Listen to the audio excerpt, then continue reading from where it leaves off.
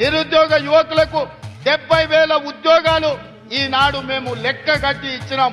LP stadium రా 70,000 మంది విద్యార్థులను ఉద్యోగాలు ఇచ్చిన వాళ్ళను తలలు లెక్క కట్టి లెక్క చూపితే ఒక్క తలకాయ తగ్గినా నా తల తీసుకుంటా. 70,000 ప్రభుత్వ ఉద్యోగాలు మేమిచ్చి చూపించినాం. ఈ గవర్నమెంట్ ఏం చెప్పిందంటే అప్పుడు ప్రతిపక్షాలు ఉన్నప్పుడు మేము సంవత్సరం 2 లక్షల ఉద్యోగాలు ఇస్తామన్నది. గ్రూప్ 2 2,000 ఉద్యోగాలు ఇస్తామన్నది. గ్రూప్ 3 3,000 అన్నది. ఇది కానిస్టేబుల్ భారీ నోటిఫికేషన్ అన్నది. మెగా టీఎస్ అన్నది. కానీ ఈ రోజు చూస్తే 2 సంవత్సరాలు అవుతుంది. కాలం గడిచిపోయి 2 సంవత్సరాలన్నర అవుతుంది. ఇంతవరకు ఒక్క కొత్త నోటిఫికేషన్ ఇవ్వాలి. గత గవర్నమెంట్ ఇచ్చిన 60,000 70,000 అనేది చెప్తుంది తప్ప ఒక్క కొత్త నోటిఫికేషన్ కూడా ఇలా కాలం గడుపుతుంది. ఆ రోజు మన గవర్నమెంట్ వస్తే మనం న్యాయం చేస్తాం, మేము కొట్లాడతాం, మేము ముందర ఉంటామని ఆ రోజు చెప్పారు. ఈ రోజు పదవులు రాగానే దొంగల్లాగా ఒక్కరికి ఇట్లా లైబ్రరీకి ఇంతవరకు రాలేదు. చిక్కడపల్లి లైబ్రరీ దమ్ము అంటే చిక్కడపల్లి లైబ్రరీకి వచ్చి మీరు మీటింగ్ పెట్టండి. ఉద్యోగాలు వద్దని ఎవ్వరు ధర్నాలు చేసే పాపన నాకు తెలిసి ప్రపంచంలోనే ఉండదు.